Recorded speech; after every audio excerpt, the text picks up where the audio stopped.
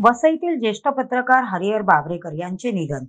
वसईतील पहिल्या पिढीतील पत्रकार आणि शिक्षक हरिहर बाबरेकर यांचे बुधवारी संध्याकाळी वृद्धापकाळाने निधन झाले.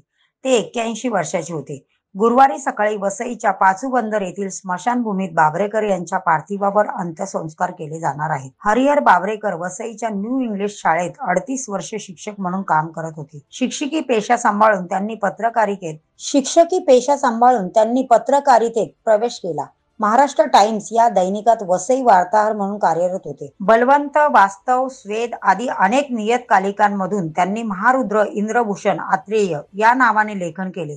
30 वर्ष ते वसईच्या पत्रकारितेत सक्रिय होते. उद्योग महर्षी R.K. चुरी आणि बाबासाहेब जोशी यांचे चारित्र्य परिचय संवत्सरी या पुस्तकाचे संपादन त्यांनी केले. शैक्षणिक, सांस्कृतिक आणि पत्रकारितेमधील उल्लेखनीय कार्याबद्दल त्यांना भैयाजी काणे पुरस्कार, महर्षी यज्ञवाल्यव्य पुरस्कार, वसई विरार महानगर पत्रकार संघाचा जीवन गौरव पुरस्कार प्राप्त झाले आहेत.